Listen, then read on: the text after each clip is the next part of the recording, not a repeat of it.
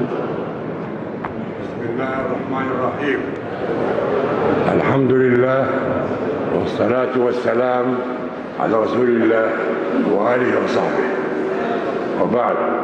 معي الدكتور أستاذ الدكتور علي عبد العال رئيس النواب، أصحاب السعادة أعضاء مجلس النواب المحترمين، السلام عليكم ورحمة الله وبركاته. إنه لمن دواعي سروري أن أكون معكم في هذا اليوم الذي أسعد فيه لقاءكم في مجلس موقر. إن مجلس النواب المصري وعلى مدى سنوات طوال أسهم في تشكيل تاريخ مصر وواجه الحضارة الحديث في مختلف جوانبه، وأود التأكيد على الدور المؤثر لمجلسكم في تعزيز العلاقات التاريخية بين بلدين الشقيقين. إن القناعة الراسخة لدى الشعبين السعودي والمصري بأن بلدينا شقيقان مترابطان هي المرتكز الأساسي لعلاقاتنا على كافة المستويات. وقد أسهم أبناء مصر الشقيق منذ عقود طويلة في مشاركتنا بالعمل والتنمية والبناء، ولا يزال بلدنا الثاني السعودية يستعد باستضافتهم.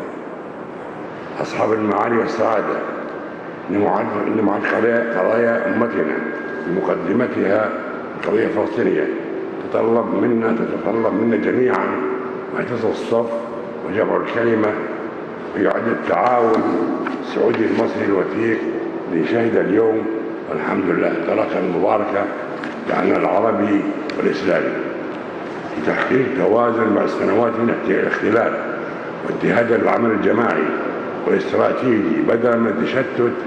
قد أثبتت التجارب أن العمل ضمن تحالف مشترك يجعلنا أقوى ويضمن تنسيق الجهود خلال آليات عمل واضحة. من المهم أن تتحمل السلطات التنفيذية والتشريعية في دولنا مسؤولياتها الكاملة تجاه شعوبنا ومستقبل أمتنا، ونتعاون جميعا من أجل تحقيق الأهداف المنشودة المشتركة لتخدم تنمية أوطاننا.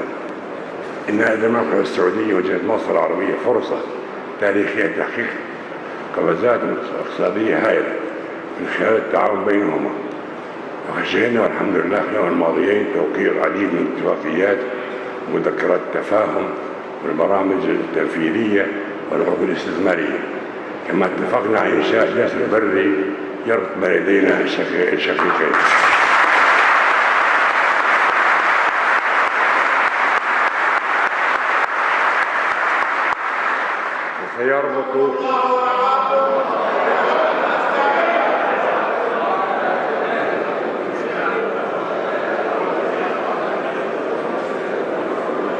وسيربط من خلال بينهما بين قارتي آسيا وأفريقيا، يكون بوابة لأفريقيا يسهم في رفع التبادل التجاري بين القارات ويدعم صادرات البلدين للعالم، ويعزز الحركة الاقتصادية داخل مصر، فضلا عن أن هذا الجسر يعد معبرا للمسافرين من حجاج ومعتمرين وسياح، وسيتيح فرص عمل لأبناء المنطقة.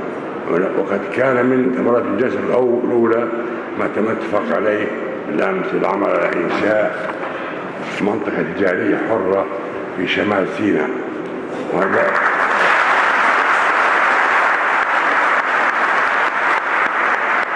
وهذا سيساعد على توفير فرص العمل والتنمية في المنطقة الاقتصادية، كما يعزز الصادرات لدول العالم. سنصبح بإذن الله باستثمار الفرص ستنعكس بعين أضخم على مواطنينا وعلى الأجيال القادمة. أيها الأخوة الأعزاء، إن المهمة الأخرى التي ينبغي أن نعمل من أجلها سويا تمثل في مكافحة التطرف ومحاربة الإرهاب الذي تؤكد الشواهد أن العالم العربي والإسلامي هو أكبر المتضررين منه. قد أدركت الحكومة السعودية ضرورة توحيد الرؤى والمواقف لإيجاد حلول عملية هذه الظاهرة، وتم تشكيل التحالف الإسلامي العسكري لمحاربة الإرهاب وتنسيق الجهود بما يكفل معادلة شاملة هذه الآفة فكريا وإعلاميا وماليا وعسكريا، كما إننا نعمل سويا للمضي قدما لإنشاء القوى العربية المشتركة.